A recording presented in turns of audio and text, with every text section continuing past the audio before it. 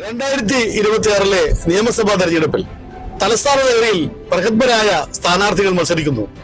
കഴക്കൂട്ടം മണ്ഡലം, തിരുവനന്തപുരം മണ്ഡലം, വട്ടിയൂർക്കാവ് മണ്ഡലം, നേമമണ്ഡലം, ഈ സ്ഥലങ്ങളിലെ പ്രഗത്ഭരായ സ്ഥാനാർത്ഥികൾ അവര് ജനങ്ങളോട് സംസാരിക്കുന്നത്, ഒപ്പം വോട്ടർമാരുടെ അഭിപ്രായങ്ങളും.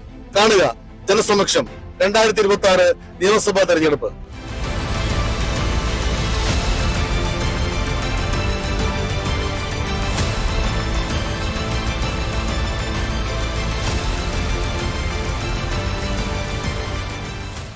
നേമം നിയോജക മണ്ഡലത്തിലെ പ്രഗത്ഭനായ സ്ഥാനാർത്ഥി മന്ത്രി, തൊഴിൽ ഉപമന്ത്രി, വിദ്യാഭ്യാസ മന്ത്രി ശ്രീമാൻ വി ശിവൻകുട്ടിയുടെ അടുത്താണ് നമുക്കൊന്ന് പരിചയപ്പെടാം.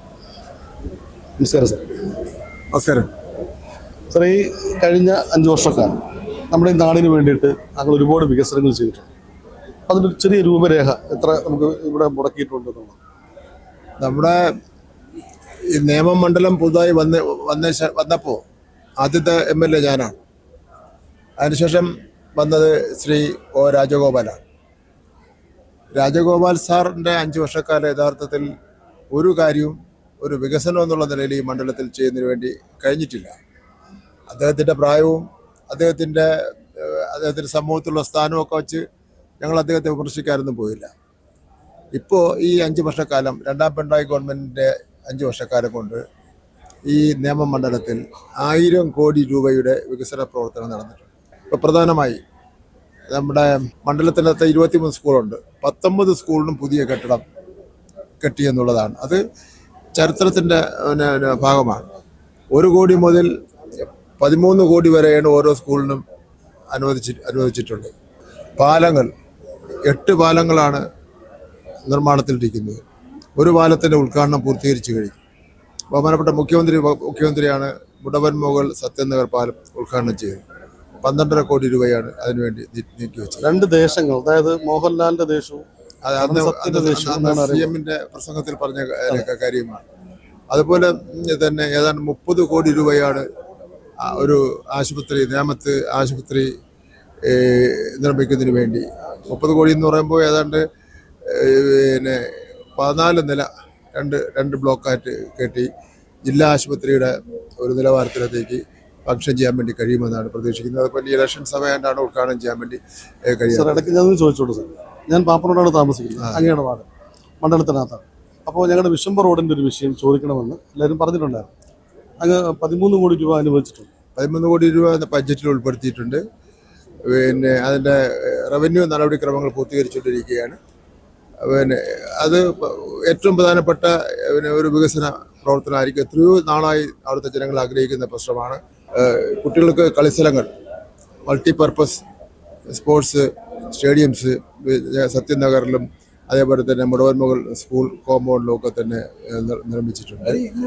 അതുപോലെ തന്നെ മറ്റൊരു ഏറ്റവും പ്രധാനപ്പെട്ട കാര്യമാണ് ഈ ആഴാങ്കൽ വികസന വാക്വേ എന്ന് പറയുന്നത്. 12 കോടി രൂപയാണ് മുടക്കി അത് നിർമ്മിച്ചിരിക്കുന്നത്. അത് വളരെ മനോഹരമായിട്ടുണ്ട്. കരമന ആറിൻ്റെ തീരത്ത് വളരെ മനോഹരമായി തന്നെ അത് നിർമ്മിക്കാൻ കഴിഞ്ഞു. ഇത് മാത്രമല്ല, അവിടെ ഇപ്പോൾ സ്പോർട്സ് ഉണ്ട്, കലയുണ്ട്, കായികമുണ്ട്. അവിടെ കല്യാണത്തിൽ റിസപ്ഷൻ ആവാം, ആൾക്കാർക്ക് നടക്കാം, അങ്ങനെ എല്ലാ നിലയിലും ഒരു ഇത് പോകുന്നുണ്ട്. അപ്പം സാറിൻ്റെ വികസനങ്ങളെ കുറിച്ച് സാർ പറഞ്ഞു. അപ്പോൾ ഇനി ഞങ്ങൾ ഉദ്ദേശിക്കുന്നത് വരുന്ന 5 വർഷക്കാലം താങ്കൾ ജയിച്ചു വന്നു കഴിഞ്ഞാൽ വരുന്ന 5 വർഷക്കാലം ചെയ്യുന്ന നമ്മുടെ മണ്ഡലത്തിന് വേണ്ടിയിട്ടുള്ള ഒരു ഡ്രീം പ്രോജക്റ്റ് ആണ് ചോദിക്കുന്നത്. എന്തെങ്കിലും സാറിന്റെ മനസ്സിനകത്തുണ്ട്? എൻ്റെ മനസ്സിലുണ്ട്. ഒന്ന് തിരുവല്ലം പരശുരാമ സ്വാമി ക്ഷേത്രം തെക്കേ ഇന്ത്യയിലെ തന്നെ ഏക ക്ഷേത്രമാണ്. ആ തിരുവല്ലം കേന്ദ്രീകരിച്ചൊരു ടൗൺഷിപ്പ് എന്ന് പറയുമ്പോൾ ഇപ്പോൾ അവിടെ വളരെ കൺജസ്റ്റഡാണ്. അത് ഒഴിവാക്കിക്കൊണ്ട് തിരുവല്ലം കേന്ദ്രീകരിച്ചുകൊണ്ടൊരു ടൗൺഷിപ്പ് രൂപീകരിക്കുന്ന സംബന്ധിച്ചുള്ള എൻ്റെ മനസ്സിൽ ഉണ്ട്. ആറ്റുകൾ കേന്ദ്രീകരിച്ചുള്ള ഒരു ടൗൺഷിപ്പ് രൂപീകരിക്കാൻ സംബന്ധിച്ചിടത്തോളം കാര്യം നമ്മുടെ മനസ്സിലുണ്ട്. പിന്നെ ഈ ആറ്റുകൾ റോഡ് വികസനം വരുമല്ലോ, അത് മണക്കാട് റോഡ് വികസനം ഇപ്പോൾ ബഡ്ജറ്റിൽ ഫണ്ട് ഉൾപ്പെടുത്തി അതും അതിൻ്റെ റവന്യൂ നടപടികൾക്ക് മുന്നോട്ട് പോയിക്കൊണ്ട് ഇരിക്കുകയാണ്. പിന്നെ നമ്മുടെ സ്കൂളുകളിൽ എല്ലാം മൈതാനം ഉണ്ടാക്കുന്ന കാര്യം എൻ്റെ മനസ്സിലുള്ള ഒരു ഡ്രീം പ്രോജക്റ്റാണ്. ഞാൻ പ്രകടന പത്രിക ഇല്ലാത്തതാണ് ഞങ്ങളുടെ മണ്ഡലത്തിന് വേണ്ടിയിട്ട് ചെയ്യുന്ന ഒരു വിഷയമാണ്. അതെ, മണ്ഡലത്തിൽ ഇനിയും കുറച്ച് കാര്യങ്ങൾ ചെയ്യാനുണ്ട്. അത് പിന്നെ നമ്മുടെ മണ്ഡലം പ്രകടന പത്രിക ഇറക്കുന്നുണ്ട്. അതിൽ കൂടെ കുറച്ചുകൂടെ വിശദമായിട്ട് പറയാമെന്നാണ് തോന്നുന്നത്. Okay sir. അപ്പോൾ എല്ലാവിധ വിജയാശംസകൾ. Thank you. ഈ തെരഞ്ഞെടുപ്പിൽ ആര് ജയിക്കുമെന്ന് തോന്നുന്നത്? ഭരണത്തിലായിരുന്നു നേരിട്ടൊരു ഇടതുപക്ഷമാണോ, NDA ആണോ, അതോ പിന്നെ UDF ആണോ? UDF ആണെന്നാണ് എൻ്റെ ആഗ്രഹം. എവിടെയാണ് വോട്ട്? നേമം. പേരെന്താണ്? എവിടെയാണ് വോട്ട്? നേമത്ത് അല്ലെ? ശക്തനായ ഒരു സ്ഥാനാർത്ഥിയാണ് അവിടെ നിൽക്കുന്നത്. നേമത്ത് ജംഗ്ഷൻ. വീട്ടിൽ എത്ര പേരുണ്ട്? ഞങ്ങൾ 5 പേര്. ഓക്കെ. ഇത് മകളാണ്. മകള് പറഞ്ഞ UDF ആണെന്ന്, അമ്മ പറയുന്നത് BJP ആണ്. ഇവിടെ സ്ഥലം വെള്ളായണി. ആര് ഭരണം തരാൻ സാധ്യത? ഇടതുപക്ഷം. ഉറപ്പിച്ച കാര്യം ഇടതുപക്ഷക്കാരൻ.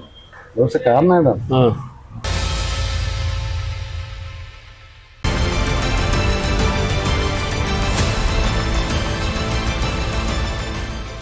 താങ്കൾ 5 വർഷക്കാലം ഇനി വരാൻ വന്നിട്ട് ജയിച്ചു കഴിഞ്ഞാൽ നമുക്ക് ചെയ്യാൻ തരുന്ന, നമുക്ക് നൽകാൻ പോകുന്ന ഡ്രീം പ്രൊജക്ടുകൾ എന്തൊക്കെയാണ്? ഞങ്ങൾ ഡ്രീമും സ്വപ്നങ്ങൾ വിൽക്കുന്ന ആൾക്കാരല്ല, ഞങ്ങൾ വികസനം കൊണ്ടുവരുന്ന ആൾക്കാരാണ്. വികസനത്തില് തിരുവനന്തപുരം കോർപ്പറേഷൻ മുമ്പോട്ട് വെച്ച ഒരു ബ്ലൂ പ്രിന്റ് ഉണ്ട്. 5 കൊല്ലം തിരുവനന്തപുരം കോർപ്പറേഷനിൽ എന്തെല്ലാം ചെയ്യാൻ പോകുന്നു. അതിന്റെ അപ്പുറം MLAയും MLAന്റെ ഒപ്പം സെൻട്രൽ ഗവൺമെന്റ് ഇന്ന് ഞങ്ങൾ ഒരു കോംപ്രിഹെൻസ് സമഗ്രമായ വികസന ബ്ലൂ പ്രിന്റ് ഞങ്ങൾ ജനങ്ങളുടെ മുമ്പിൽ വെക്കും. അതില് ഗ്ലാമർ അല്ല, പറയാനല്ല, ഇതുവരെ പരിഹരിക്കാത്ത ആയിരക്കണക്കില് കാര്യങ്ങളാണ് നിയമത്തില് ഇരിക്കുന്നത്. ഞാൻ ഇന്ന് രാവിലെ പോയി, ഒരു പാലം, ഒളിഞ്ഞു കിടക്കുന്ന ഒരു പാലം, എത്ര കൊല്ലമായിട്ട് അവിടുത്തെ ജനങ്ങൾ പറയുന്നു ആ പാലം ഒന്ന് നന്നാക്കി തരണം, ചെയ്യുന്നില്ല. അത് ചെയ്തു കൊടുക്കും. അങ്ങനെ ചെറിയ പ്രശ്നങ്ങൾ, വലിയ പ്രശ്നങ്ങൾ, ജനങ്ങളുടെ പ്രശ്നങ്ങൾ പരിഹരിക്കാൻ ഞങ്ങളൊരു ഒരു ബ്ലൂ പ്രിന്റ് മുമ്പിൽ വയ്ക്കും. അത് മാത്രമല്ല, ബ്ലൂ പ്രിന്റിലും ഇല്ലാത്ത കാര്യങ്ങൾ ജനങ്ങൾക്ക് നാളെ മറ്റന്നാൾ എന്തെങ്കിലും അങ്ങനെ നടന്നാൽ പ്രശ്നങ്ങൾ ഞങ്ങൾ ഉണ്ടാവും. 365 ദിവസം 24 മണിക്കൂർ ജനങ്ങളുടെ പ്രശ്നങ്ങൾ പരിഹരിക്കാൻ ഞങ്ങൾ പ്രവർത്തിക്കും എന്ന് ഞങ്ങളുടെ ഒരു ഉറപ്പും ഞങ്ങൾ കൊടുക്കും. BJP ഒരു നിർണായകമായൊരു സീറ്റിലേക്ക് എത്തിക്കഴിഞ്ഞാൽ 2 മുന്നണികളും ഒരുപോലെ വരികയും അടുത്ത് വരുത്താൻ ഏത് ഭാഗത്തേക്കായിരിക്കും ഭരണം കൊണ്ടുപോകുന്നത്? അത് അവിടെ എത്തട്ടെ, ആ ലെവലിൽ എത്തട്ടെ. അങ്ങനെ എന്തിനാ ചിന്തിക്കുന്നത്? ഞങ്ങൾക്കൊരു മെജോറിറ്റി കിട്ടിയാലോ? പറഞ്ഞു അല്ല, ഞങ്ങളൊരു മെജോറിറ്റി കിട്ടിയാൽ പിന്നെ അതിന് ആവശ്യം ഉണ്ടാവില്ലല്ലോ. അപ്പൊ അതിനാണ് ഞങ്ങൾ അധ്വാനിക്കുന്നത്. Thank you.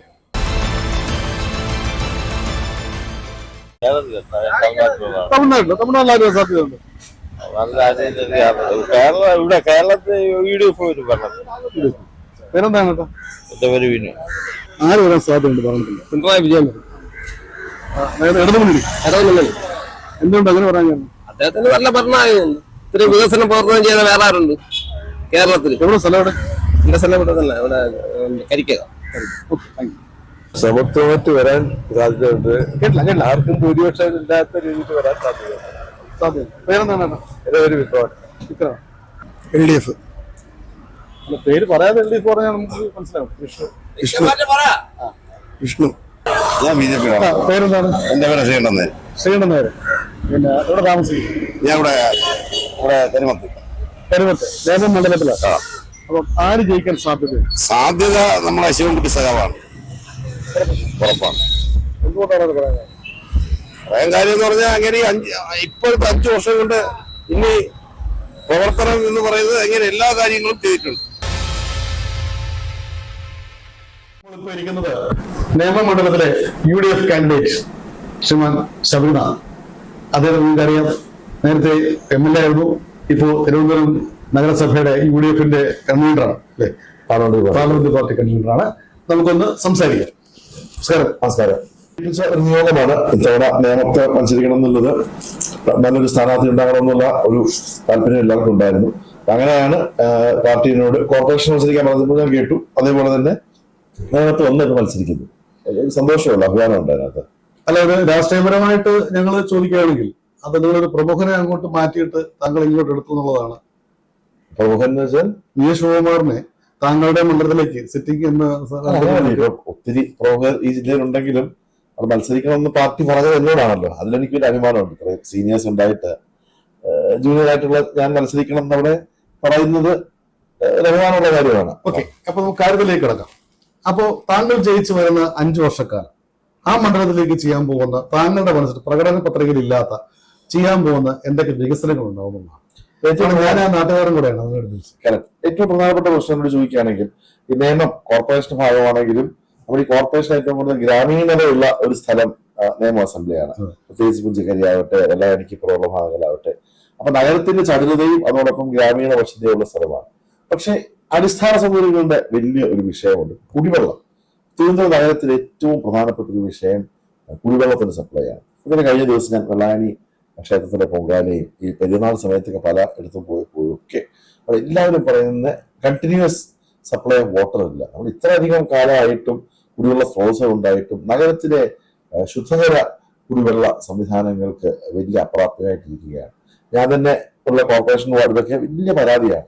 അപ്പൊ നിയമത്തെ ഏറ്റവും പ്രാധാന്യം അർഹിക്കുന്ന ഒരു കാര്യം തീർച്ചയായിട്ടും അടിസ്ഥാന സൗകര്യ വികസനമാണ്. അത് ഈ കുടിവെള്ളത്തിന്റെ പ്രശ്നം പ്രധാനപ്പെട്ട വിഷയമാണ്. അതുപോലെ തന്നെ നിയമത്തകത്ത് സാധാരണക്കാരുടെ ആളുകളാണ്, അവരുടെ ജീവിതപരമായിട്ടുള്ള പല പ്രശ്നങ്ങളും ഉണ്ട്. അവരുടെ കുട്ടികൾ വെളിയിൽ പഠിക്കാൻ പോകുന്നു, നാട്ടിൽ പഠിക്കാൻ കഴിയുന്നില്ല. ഒരു ബിഗർ ലാൻഡ്സ്കേപ്പിലാണ് ഞാൻ കാണുന്നത്. പക്ഷെ എല്ലാവർക്കും ജീവിക്കാൻ കഴിയുന്ന, സന്തോഷത്തോടെ ജീവിക്കാൻ കഴിയുന്ന ഭാവിയിലെ നിയമം ഉണ്ടാക്കിയെടുക്കുക എന്നതാണ് എന്റെ അഭിപ്രായം. അതിൽ എല്ലാവരും എന്ന് പറയുന്നത് ഈ നിയമത്തെ കുറിച്ച് ഒരു ചീത്തപ്പേരുണ്ട്. പ്രത്യേകിച്ച് BJP ആളുകൾ ഒരു പ്രാവശ്യം ജയിച്ച കാര്യം പറഞ്ഞുകൊണ്ട് നിയമം ഗുജറാത്ത് ആണെന്ന് പ്രചരണം നടത്തിക്കൊണ്ടിരിക്കുകയാണ്. ശരിയായിട്ടുള്ള നിയമം എന്താണെന്നുള്ളത് ജനങ്ങളെ അറിയിക്കേണ്ട ഒരു ആവശ്യമുണ്ട്.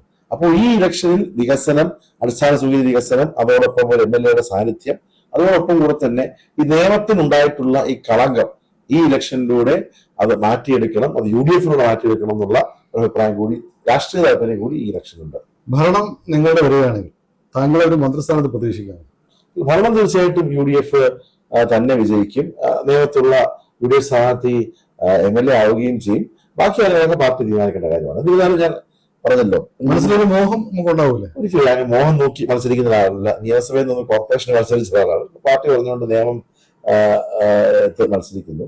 പക്ഷെ എന്റെ ഒരു ആഗ്രഹം, ഈ കോൺഗ്രസ് പാർട്ടിക്ക് കോർപ്പറേഷൻ ഉണ്ടായ ഒരു ചീത്തപ്പേര്, ഞാൻ മത്സരിച്ച് നമ്മുടെ സീറ്റുകൾ ഒരു ടീമായി നമ്മൾ വർക്ക് ചെയ്ത് മെച്ചപ്പെടുത്തിയപ്പോൾ പാർട്ടിക്ക് ഒരു യശസ് ഉണ്ടായി. അതുകൊണ്ട് തന്നെ കോർപ്പറേഷനിൽ ഏറ്റവും പറഞ്ഞതിന്റെ ബുദ്ധിമുട്ടുള്ള സമയത്ത്, കോർപ്പറേഷൻ BJP ഭരിക്കുന്ന സമയത്ത് നിയമം പോലത്തെ അസംബ്ലി പിടിക്കാൻ കഴിയുകയാണെങ്കിൽ അതൊരു അഭിമാനമുണ്ട്.